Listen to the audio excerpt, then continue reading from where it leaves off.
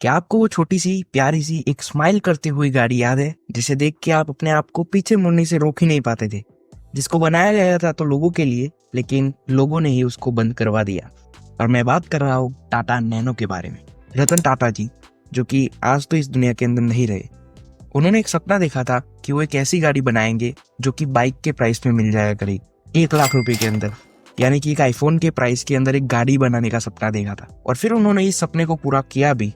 ये गाड़ी पहले पहले तो बहुत ही ज्यादा जबरदस्त चल रही थी, लेकिन कुछ समय बाद ये super cool car Indian automotive industry का सबसे बड़ा फ्लॉप प्रोडक्ट बन गई। तो पीछे जाते हैं और देखते हैं नैनो को शुरुआत से।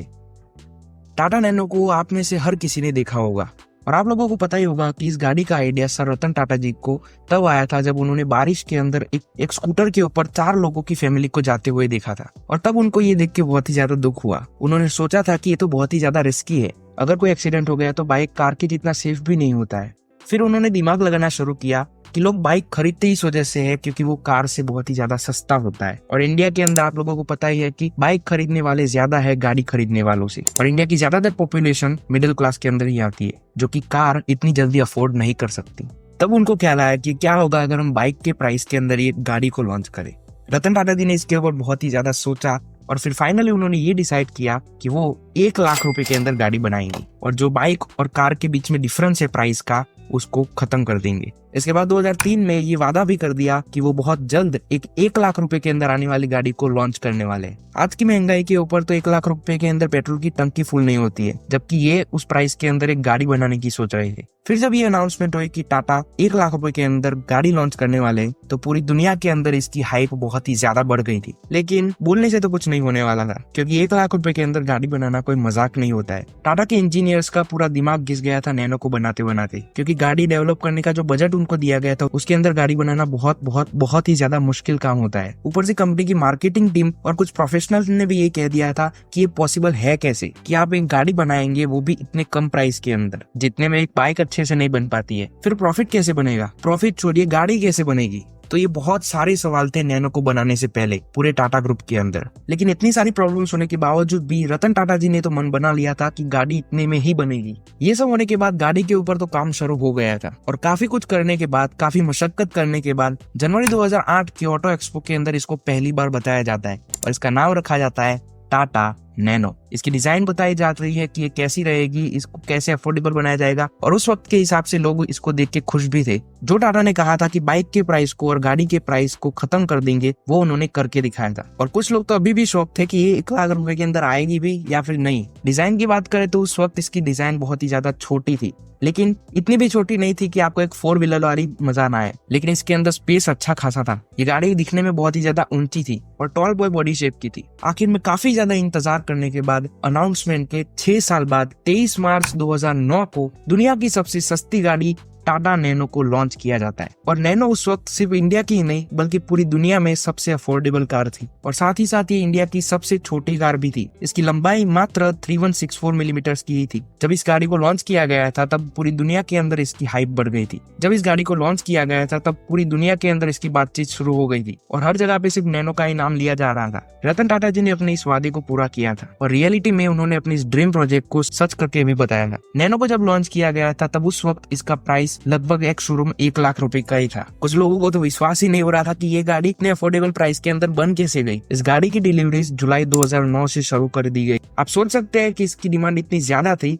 कि उस वक्त 2009 में टाटा मोटर्स को नैनो की 2,50,000 से भी ज्यादा बुकिंग्स मिल गई थी। टाटा के शोरूम्स की हालत समोसों की दुकान की तरह हो गई थी, इतनी ज्यादा भीड़ यहाँ पे हुआ करती थी। हर कोई नैनो की बुकिंग कराने के लिए उतावला हो रहा था। टाटा के शोरूम्स पूरी तरीके से खपाखप भर गए थे, जैसे कि कोई बड़ी पिक्चर टाटा के शोरूम के अंदर आने वाली हो। और फिर जब डिलीवरीज के बाद नैनो रोड के ऊपर चलनी शुरू हुई तो लोग ऐसे दिखते थे कि जैसे कोई रॉल्स रॉयस जा रही हो। नैनो की डिमांड दिन ब दिन बढ़ती ही जा रही थी, लेकिन इसके लॉन्च के बाद जो पब्लिक का रिस्पॉन्स था वो काफी मिक्स्ड था। मिडिल क्लास फैमिलीज तो इसके लिए एक्साइटेड थी क्योंकि उनको एक बाइक के प्राइस के अंदर एक 4 व्हीलर कार मिल रही है, लेकिन दूसरी तरफ हाई क्लास फैमिलीज ने इसे चीप कार का टैग दे दिया था। वो कहते थे कि नैनो लेना मतलब आप बजट में। ओपिनियंस अलग अलग होने से नैनो को उस वक्त कोई फर्क नहीं पड़ा, और ना ही उसकी सेल्स को। नैनो अभी भी अच्छी खासी बिक रही थी। ये गाड़ी बनाई उन लोगों के लिए थी जो कि बाइक की तरफ ना जाके एक अफोर्डेबल 4 व्हीलर के ऊपर जाए और उनकी सेफ्टी का ध्यान रखे, और लोगों ने ऐसा किया भी। कुछ साल तो इसके लिए बहुत ही ज्यादा अच्छे रहे।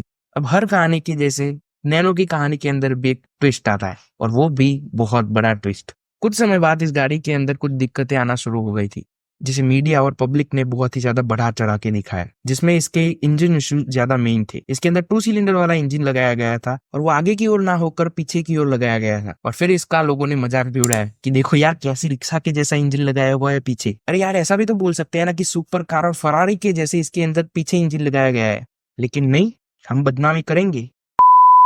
तो इसका जो इंजन था वो काफी जल्दी गर्म हो जाता था, और ये नॉइज भी बहुत करता था, लेकिन कुछ वक्त के बाद। लेकिन इसके जो हीटिंग इश्यूज थे वो बहुत ही ज्यादा थे। लोगों ने कंप्लेंट्स दी थी कि इसके अंदर ओवर हीटिंग होती है, कभी कभी ये गाड़ी बंद हो जाती है तो फिर चालू ही नहीं होती है, और कुछ नैनोस के अंदर तो आग लगने के भी इश्यूज आए थे। लेकिन ये बहुत ज्यादा बार नहीं हुआ था।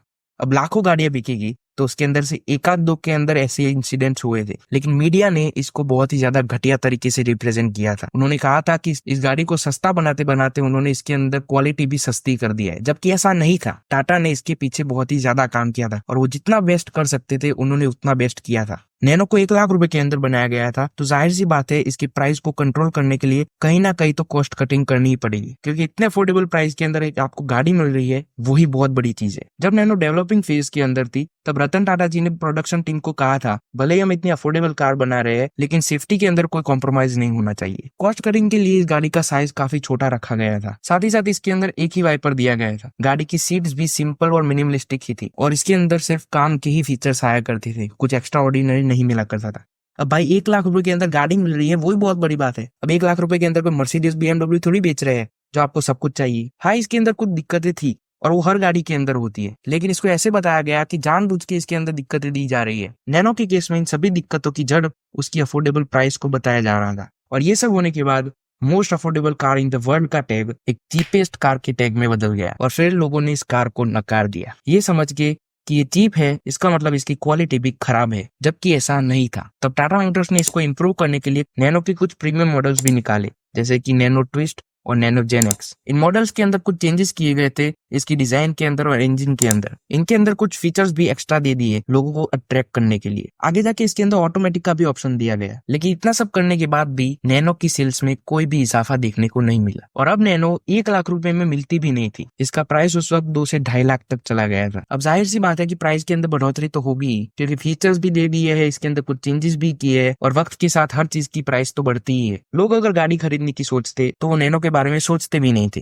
क्योंकि इसकी इमेज बहुत ही ज्यादा खराब बन गई थी। और अब नैनो की सेल्स बहुत ही ज्यादा गिर गई थी, जिसमें फाइनेंशियल ईयर 2014-15 के अंदर इसकी 16,203 यूनिट्स बिकी थी, जो कि घटकर 2016-17 के अंदर सिर्फ 7,591 हो गई थी, और 2017-18 के अंदर तो हद हो गई थी। पूरे साल के अंदर इसकी सिर्फ 1,502 यूनिट्स बिकी, जो कि बहुत बहुत कम है। लोग अब नैनो को खरीदने की बजाय ऑल्टो और वैगनआर जैसी गाड़ियों के ऊपर जाया करते थे, जो कि इससे 2 गुना ज्यादा महंगी थी। अब नैनो को पूछने वाला कोई भी नहीं था। अब इतना ज्यादा नुकसान हो गया था, सेल्स बढ़ नहीं रही थी, तो फिर फाइनली 2018 में टाटा मोटर्स ने नैनो की प्रोडक्शन को बंद कर दिया था, और 2019 से नैनो को बंद कर दिया जाता है। अब उस नैनो की कहानी खत्म हो गई थी, जो कि बाइक चलाने वालों को बाइक के प्राइस के अंदर गाड़ी खरीदने की छूट दे रही थी। जिस सपने को रतन टाटा जी ने देखा था और जिस उम्मीद से नैनो को बनाया गया था, वो नैनो बंद हो गई, और रतन टाटा जी का dream project Tata nano commercially successful नहीं हो पाया। नैनो रतन टाटा जी के दिल के बहुत ही ज्यादा करीब थी।